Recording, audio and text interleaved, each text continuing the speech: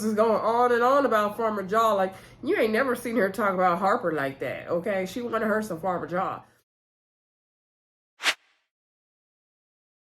Hey everybody, welcome back to the Brandy Yvonne channel. Of course, I'm your girl, Brandy Yvonne. Here at my channel, we do fun reviews, recaps, and discussions of all of our favorite shows. This video, we are still on our journey through The Best Man, y'all. This is The Best Man, the final chapters, episode 4, titled The Invisible Man.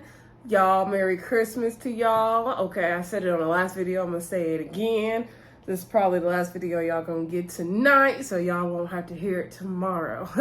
Anyway, I am going to do my best to finish up the rest of the chapters this week. I was gonna lump 3 and 4 together, but I'm glad I didn't, because 4 was a lot, and even though 3 wasn't as much for me, but 4 was a lot to unpack. Let's get into it, y'all. Please don't forget to hit that thumbs up button. Also hit that subscribe button, y'all, so y'all can get notifications of when the uploads come. Also share and comment down below. Let me know what you think of episode 4 in particular, because we have a lot of things revealed to us in episode 4, right? And a lot of things going on. I feel like there's a lot more to unpack. Let's get into the episode. So the episode starts out, side note, I will probably jump around, but we're going to talk about all the things that are important to the episode. All right. So the episode starts out with Lance returning to football. We see all these different types of reporters, Janelle Hill, Maria, I can't think of her name, and a couple other guys reporting on his returning to football. It looks like they're all doing it kind of over Zoom or on their TV platforms or whatever. One guy is supportive. Everybody's clowning him, saying they looking for him at the retirement home. They say he do look good out there, you know. He's drank from the fountain of youth, but they don't really, most of them don't see it for him returning. So he is doing well out there, though, and keeping up with the guys. And one of the young guys tried to talk trash on Lance, and the coach is like, no, he's still the man out here. Like, don't do it. So Lance is out there doing his thing. So then anyway, later on we see Lance at the house, and he barged in on LJ. LJ was like, oh, like, Dad, you got to knock first. And he's like, oh, like, I got to knock first. Like, boy, like, who you talking to? Y'all know how black parents do. Black parents don't have to knock on nobody's door in their house, okay? If y'all haven't learned that by now, I don't care what new generation we in. Black parents don't have to knock on nobody's door. That's just the way it is. Anyway, it don't matter how old you are either. So anyway, he barged in the room, and he had some, I think this is the part where he had the tennis shoes for him, if I'm not mistaken. And so he was inviting LJ he was like saying something about, you know, I know that the girls be waiting for you at the lockers. You better be, you know, strapping up and doing all this. And so LJ's like, oh, I handle my business, Dad. And so then, now LJ had hid something when Lance came in, but I didn't catch it at first. So anyway, he was saying like, oh yeah, you know, you could come out there with me, see how your man gets down, your old man gets down out there, all this stuff. So then LJ's like, oh no, Dad, you know, I got, you know, I've been interning down to the office with Jordan, and you know, today I have to go in, you know, remember? And then he's like, oh, you can do that another time. And he's like, no, you taught me not to break my commitments. Like, come on. So he's like, okay, you're right, you got to do that. That's fine. So he's like, you come down there and see me another time. And then he showed him these like new Nikes or some kind of shoes, and I believe he gave it to him. So anyway, then Lance left.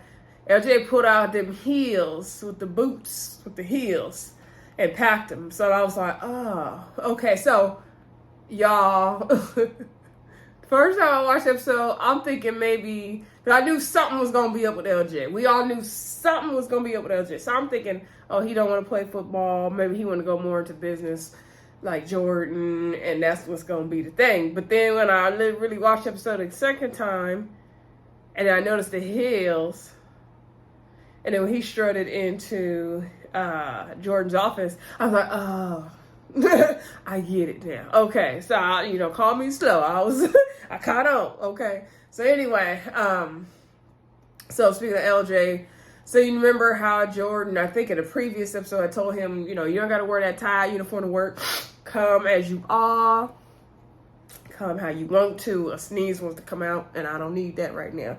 Anyway, So he rolled in office with them boots. I believe Jordan said they was Fendi. And he had his outfit on. She was like, oh, hello, like, what is this? He was like, well, you told me I can wear whatever I want to wear to work. And so this is it. And then he was like, also, I'm non-gender binary, just so you know. I'm just so happy, like, I can finally tell you. And he gave her, like, a little kiss. And so, LJ is non-gender binary. I hope I said that right. So, LJ prefers to go by they, them. You know, the pronoun thing. Okay. So she was like, oh, have you talked to your dad? Because you know how your dad is. She's like, your mom, she would have been cool with you, but your dad, he's like, yeah, you know, I haven't talked to him. He's scared. So Jordan was letting him know, like, it's going to be fine. I got your back. I support you. But she's like, okay, but right now we got to slay this day. We ain't got time to worry about all that. Also, in this episode, we see Kennedy. Oh, let me finish up LJ's story because I don't like to bounce around. I don't want to forget stuff. So anyway, LJ went to the office another day, and Jordan presented him with a watch. I'm not sure if it was a Rolex or what kind of watch it was, but it's fancy.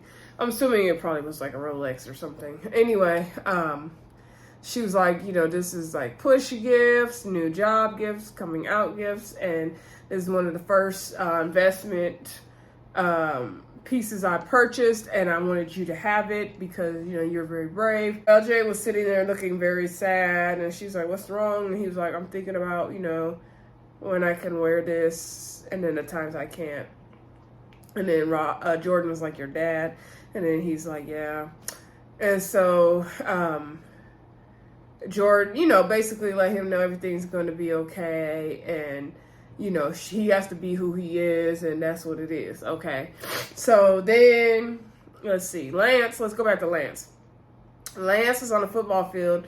He ends up taking a really bad hit, and so that's the end of his career. He's like, oh, it hurt worse now than it did back in 2013. I'm like, yes, Lance, that's why you need to sit down somewhere. So anyway, coach was like, well, you lasted longer than we thought, like, you know, short-lived journey. And so he's like, it's really good to see you out there with the young guys. They could really, you know, benefit and learn from you. So he was like, oh, coach, you know, I can't really do this, though. It's not for me. So then coach was like, I have something else in mind. So coach ends up offering him a coaching job, right? And so then later on, we do see him coaching the guy. I guess that's like the star athlete of the team. And he was talking mess. And he messed up a play. So Lance first got on him really hard. Like, he caught over there. He got into him. And the young guy's like, man, like, I don't care. So then Lance realized he had to take a different approach with him. And he was like, listen, like, you know, you want longevity in this game. Like, you got to show technique, not just, you know, be good. You got to show skills. You got to do this and that. And then he really took it in. So we see how Lance is able to give those words of wisdom to a new generation. And he realized he needed to take a different approach than probably what was given to him, right? And I think that's what we all learn. You know, people of like older generations are learning that they have to take a different approach with these younger generations. Even me, I'm a millennial. I was born in the 80s. And I could definitely tell sometimes the younger generations, these younger kids, you definitely have to take a different approach, right? So anyway, then let's get on to Harper's not in this episode because he also went riding God knows where. Okay, bye. Then we see, let's get on to Robyn.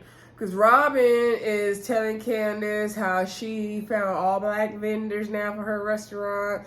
And she even go down to the farmer's market to Farmer Jaw to get some kind of special spices or something. He didn't have the ones she was particularly looking for, but he offered her a different kind.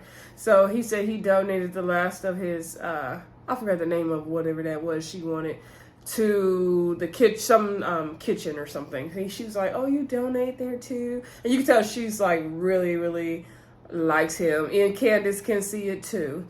And so he was like, I'm just trying to keep up with you. So Farmer Jaw, you know, has definitely got Miss Robyn's interest peaked.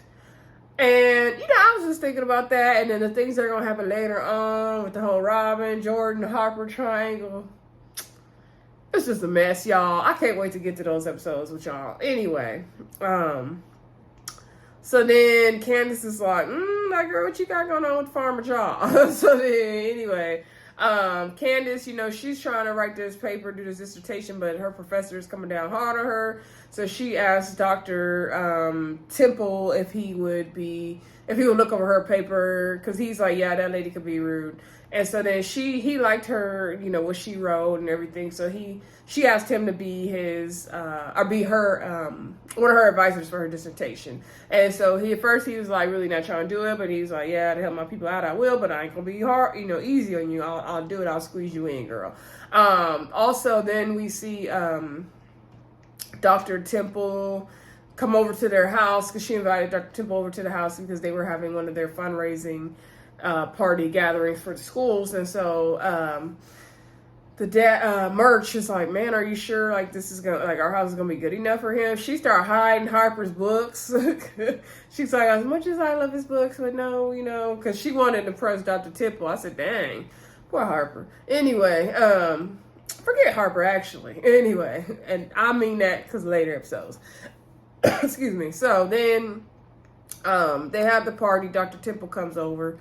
And we see Mirch and Dr. Temple have this really cool moment because, Mirch had went through what he went through with the Karen situation. I'm going to get to that after this. So anyway, Dr. Temple says, you guys are fighting a good fight and with the schools and everything like that. We got to educate our children. We have to do this. It's a thankless job. And Mirch was like appreciating what he said. And he said, it's hard to keep the beast in, we can be so angry. Oh, excuse me, y'all, so congested. Anyway, and he's like, it's hard to deal with some of those clear people and their privilege and things like that happens. So, we can't let them win. We got to figure out how to channel our anger and our fight in different ways. So anyway, so let's get to Mirch. So, I think in the beginning of was this in the beginning of this episode? I believe. Yeah, very beginning of this episode, we see Mirch and Quentin were out to like breakfast or lunch or something. And, both of their girls, all of the girls were at the table, Kennedy and then, Mirch. I don't remember Mirch's two girls' names or if they even mentioned them. Did they mention them girls' names? Drop it in the comments if you know Mirch and Candace kids' names. So anyway, they're at the table too, and I guess Mirch and Candace are planning a vow renewal ceremony of some sort. I forgot how many years they said, 15 years or 20 years. Anyway, side note, they didn't even really do it. They didn't do no vow renewal ceremony. Anyway, wasted our time. So the girls were like, oh, I told him to let me do the invitations or something. So anyway, Mirch was saying like, he don't really know where he fits in between, they're talking about that Iowa ceremony they did at the wedding and how that got Candace really into this plant-based medicine thing. He's like, you created a monster with her. Like, she's just not, letting it go between trying to, take care of the kids, stuff they got going on, and she got that dissertation and all the stuff at the school. Like, I'm having a hard time finding time for myself. Like, I don't really know what to do. And so he's like, when it comes to sex, like Candace, she just giving me the lazy side booty. She don't have it popping like she used to, her stripper days. So Quentin was like, oh, I don't understand them kind of problems. Like, I don't have no kind of problems like that. So Quentin was saying like, when he first got married, it was good and popping, but now like Shelby quit the housewives. She got all this extra time, so he can't keep up with her. He be having to take all the blue pills he can. And then we see Shelby like come in there and go up the stairs to the hotel. And so she kind of was like giving him a look and like a signal like it's time. And so then he was like, dang, and he asked him for a blue pill. I was cracking up. And then Kennedy was like, oh, you guys are disgusting. And she got up from the table. Now, the thing that was weird to me, if Mirch's kids were close enough to hear their conversations, Mirch, you was talking way too much about their mama right there. That was a little too much for me. Let me know what y'all think about it in the comments. So then when Mirch and the girls left the restaurant, they were trying to call a cab. So they clearly get to this cab first. And then a Karen, and I don't mean Karen, I mean Karen, um, proceeds to put her dog in the car and try to make claim on the cab. Now, y'all, I'm not from New York. I don't know about this catching cab business that y'all do in New York and how the struggle of that goes. I hear my people have a hard time catching a cab in New York. If you're from New York, drop it in the comments. Let me know how it goes for you to catch cab. Anyway, he clearly got the cab first. And then the Karen proceeds to say, like, oh no, this is my cab. And he's trying to take my cab. And she makes it a whole moment. Mirch is like, please get your dog out the cab. Like, we had this cab first. Like, you need to go on, lady. She's like, no, this is my cab. They arguing back and forth. The driver's like, come on, make up your mind. Like, I'm trying to get this fare. He basically telling Mirch, like, you need to just go on. And then, of course, typical Karen calls the cops over there. The cops come over. They don't let Mirch speak. They're like, oh, we're listening to her right now. You need to calm down. They're like, you need to stop being angry. You need to do this. So, of course, you know, this is typical, right? We've all seen this story happen before. We all know how wrong or deadly it could have ended for Mirch. So Mirch, of course, he just said, you know what, forget it, girl. Like, he told his daughter that was already clearly in the cab already to get out the cab. And they will just find another one. And so the one daughter, I think the one that has the anxiety, I'm not sure if she's the older one or the younger one, but she was like, Dad, like, why would you not say nothing? Why did you just let that go? Another daughter, she wasn't really tripping. So then when they came home, they were still talking about it, and the daughter's kind of arguing about it, and they're arguing about it like Mirch is not there, and he's like, I can hear you, because the one daughter was like, you know what, there's nothing he could do. Like, what is he supposed to do? The cops were there. And so the other daughter who deals with anxiety was like, Dad didn't even do anything and all this stuff. So they were telling Candace about it. And so, well, Mirch so told Candace about it. And so Candace was like, she didn't really, like, in my opinion, give Mirch enough, like, time to deal with that and talk him through it and work him through. Because she too obsessed about this darn dissertation. And I kind of started getting irritated with Candace because I'm like, girl, you obsessing over this. And this man just went through a whole black trauma that we go through every day. Cops were involved in everything. He could have really got shot for nothing over a cab and a Karen. Anyway, I like how that scene was done, though. I really do. So anyway, then she was saying, like, oh, you know, the professor's not really liking what I'm doing. I can't seem to do anything right. And she was like, oh, I need help. And then he was like, I got a pill. Oh, she was wondering if the girl Keisha had anxiety, the older daughter. And then he was like, no, she's fine. And so then, she was saying, like, she can't really figure anything out. And then he's like, I got a pill for that. It's called That's Bullshit. And you don't need prescription for it. It's all natural. And so, he basically sat down and encouraged Candace about her writing and her paper and everything. But I'm like, he's the one that just went through a whole traumatic experience. Like, he needs comforting right now more than you about that paper, Candace. Side note, that hair they was giving Regina Hall was not working for me. None of those hairstyles. And I saw somebody on Twitter saying that, like, they were trying to age her, but it just wasn't working, and it wasn't. Regina Hall just looks good. All the actors and actresses look good. None of them look in their 50s. So, anyway. Let's see. Then, Mirch was talking to, Quentin when they went to ski Lance practice or whatever about the situation, and then he was like, oh, have you told Harper? They can't get a hold of Harper because he off somewhere writing. And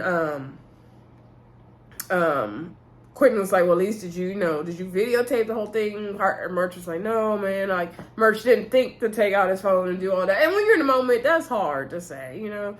I get it. And if I was in the moment, I don't know if I would think, like, let me take out my camera and videotape. Like, that would be great. But, you know, would you think of it? You don't know. And then he's like, well, at least you got the policeman's badge numbers and all that. And Mirch was like, no, I didn't do all that. And then Quentin was like, dang. And then Quentin was like, man, I would have choked that dog. And he's like, nah, this is, racism. This is something we got to deal with all the time. Like, we can't avoid it. Like, that's what it is. It's so sad for our people, but that's what it is, y'all. unfortunately, right? So anyway, Lance came over there, and so they told Lance about the situation, and Lance said, this is before he took that hit, I believe. He'd been living in his neighborhood 15 years, gated community. 2 years ago, a Karen called the cops on him when she saw him coming home or getting into his house or something. And so then the cops came. Luckily, they already knew who he was because he donates to the police. And then later on, the lady tried to ask for his autograph for her parents, and they're like, "Did you give it to her?" And he said, "Yeah, he did. He wanted to keep the peace." And Quentin was like, "See, it's all about business." So anyway, we started to see the Mirch just feels kind of out of sorts, out of place. Okay, and at the very end of the episode, we see him watching Lance or something on TV, and then he sees like an MMA fight, and it kind of piques his interest. Okay. And so that's kind of how he gets into the MMA fighting, as we see later on in episodes. All right. Now, talking about Robyn and Jar, let me say this little quick scene that happened at the party that they had for the donors at Candace and Mirch's house. I guess Robyn made all the food, and she used whatever that stuff that Farmer John gave her for her mushrooms. And so then Candace was like, because Robyn was just going on and on about Farmer Jaw. Like, you ain't never seen her talk about Harper like that, okay? She wanted her some Farmer Jaw. So anyway, Candace was like, you better be careful with that Farmer Jaw. Like, your face is lighting up real good every time you talk about him. She's like, okay, Mom. I'm like, So anyway, then later on, we see a scene where I guess Robyn took the mushroom she made to Farmer Jaw, and she's all like having this little weird fantasy about it and all this stuff, and she's just totally into him. And I don't think this was the scene where he offered her about the property though. I think that's the next episode. Anyway, the episodes are starting to blend together a little bit for me. I might have to do the rest of them in one video or something. We'll see though. I do like going episode by episode with y'all though. Anyway, then let's talk about Quentin and Shelby and Kennedy. So we saw Kennedy be working Quentin over, all the way over. So she convinced him to buy her a Chanel bag. I forgot how she convinced him with that one. And so I think that's the one where no, that's not the one where she said, oh, she had the business plan. That's the one. I don't say it's the one where she mentioned race, but that wasn't the one. So she first said some kind of business plan. And so he was telling Shelby was like, why did you buy her that purse? I already told her she couldn't have it. He's like, oh, she has this wonderful business plan telling me how, Chanel's value is going to double and all this stuff. And she's the next, business, whatever. And she was like, yeah, your daughter played you. Like, don't let her do that to you again. And then he was like, oh, it's too hard having two of y'all. Like, I will not let that happen again. So then later on, she tried to get another purse out of Quentin. And he was like, no, you need to stop doing that to me. Like, no, you're not getting this purse. And he's like, I just bought you a Chanel bag. She's like, I know, but this one I need crossbody for the subway. He was like, you said people who take the subway smell and they're poor. She's like, no, I didn't say that. Mom said that. So then Shelby calls because, okay, let me back up actually. Well, she tried to get him to get her another purse. And then Shelby was like, and don't buy her that purse. Like, she told him on the phone, like, don't buy her that purse. Like, she already knew what was going on. So Quentin, let me get through Quentin's storyline now. Quentin, in this particular episode, Quentin and Shelby. So Quentin is talking to these guys, and I guess they're viewing the Spivey property there in Manhattan. And so he was like, fellas, this is still, this is not a 3-star hotel. Of course, there's more stars. And this is not a rummage sale. And so they were like, oh, no, we're not trying to, buy anything out of here. They're like, we want to actually acquire. They don't want to just buy the Manhattan property. They said they want to acquire Spivey properties and let him like run everything. And I guess they made him a really, really good offer that he said it would be enough to take care of Kennedy and everybody and her grandkids. So he really likes the idea. Okay. So then he took the offer to his dad. The dad was not for it. He was calling him a sellout. He was going off on him. he noticed the dad had something going on with his hand. And so then, I don't know if this is the dad's maid or assistant or where she was. She's an old black lady. Anyway, she was like, let me talk to you. So, she was telling him how, like, the dad, Wellington, he wasn't parking his car in the garage. He left it out all night in one of his luxury cars, the one he likes the most, the Astro van or whatever it was, Aston Martin, I believe it was Aston Martin. Anyway, he overpaid, old lady. She was like, yeah, he's already paid me 3 times for this week. And then, something else he was doing, he fell. That's how he hurt his hand. He's not remembering. So his health is declining. And so then Terrence Howard, of course, he's looking really concerned. And he was like, oh, about that overpayment. We're going to have to render those. And then she's like, oh, don't worry about it. Just consider it a bonus. I said, I know that's right, mama. You ain't going to take some money back from me that you didn't already pay me. Okay? Anyway, so then that's when we see Shelby call later, and she's like, what is this about your dad overpaying his assistant? Like, what's going on? We need to go over there. So that's when she had told him, like, don't buy that girl no purse. So then they went over there.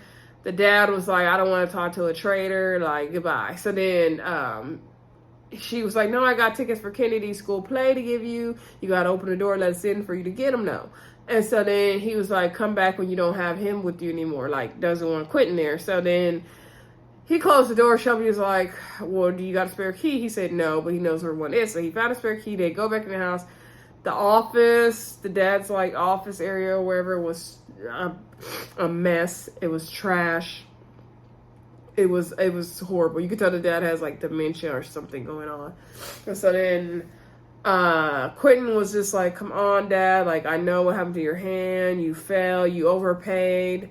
The assistant, I don't remember if they said her name or not. I think they did. Anyway, was it Myra or something like that? Anyway, she looked like a Myra. So they were like, you're got everything all over here. Like, the health department would shut this down. Like, this is not looking good. He's like, what would mom say if she saw this? And he was like, the dad's like, you just stay out of our business. You trying to be a trader. You trying to sell out the business. You want to take the easy way out. You don't want to do things right. And Quentin was just like, come on, Dad. Like, I'm worried about your health. Like, he was yelling at him. Like, Terrence Howard was giving his best acting in that scene. Like, it was really good. There was a lot of good acting in this whole series. That was one particular part that was really good to me. And so eventually Shelby told them, like, just stop. And so then eventually Wellington was like, you know what, do whatever you want with the business, with the house, like, do whatever you want. He gave up. So then later on we see Shelby, Kennedy, and Quentin at the house trying to clean up everything that the dad had going on. He had a big old mess. And so then Shelby was like, ugh, like, this is gross. And Quentin was like, I just want to point out this is your idea. And then Kennedy was like, why do I have to be here? This is some sort of punishment. Shelby was like, you ain't never cleaned a day of your life. Like, you need to be here. This is good for you. She was like, why can't we just like call some people to clean? She's like, what if I get TB? Shelby was like, girl, bye. So anyway, then Kennedy had picked up some kind of chess game, and Wellington came in there and said, oh, like, that's not trash. You can't throw it away. She's like, Grandpa, we're just cleaning up.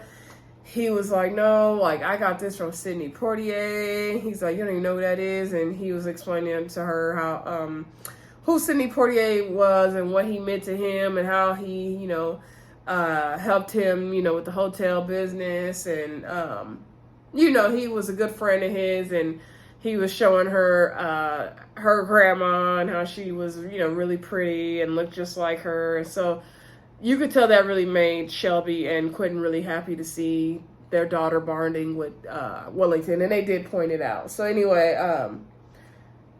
then, they all had their bonding moments, and then later on we see Shelby and Quentin, and they're talking about trying to get, doctors or nurses or some kind of care for the dad, and then they're like, where is Kennedy? And they're happy they, she bonded with the grandpa. And so she's driving Wellington all around, and he's having a good old time. And I like the whole, that whole storyline with Quentin and Shelby and Quentin's dad needing help, and, Kennedy connecting with him, and quit and said, man, like, I already got to, raise my daughter. And now I got to make sure my dad is going to take care of my dad. He's like, this adulting thing is really hard work. And that, whew, he ain't never lied, okay? Adulting be kicking your ass, y'all, don't it? But it's part of life. So, and it eventually reaps its rewards. And sometimes there's no reward at all, right?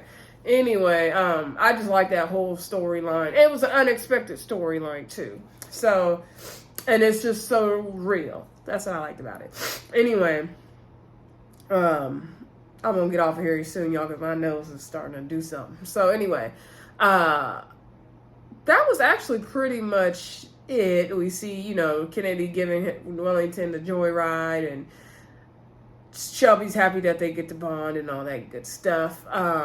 Like I said, Harper, he off somewhere riding. We don't know where he at. I think we covered everything in this episode. Y'all, don't forget to comment, like, subscribe, and share. And I will talk to y'all soon. Bye.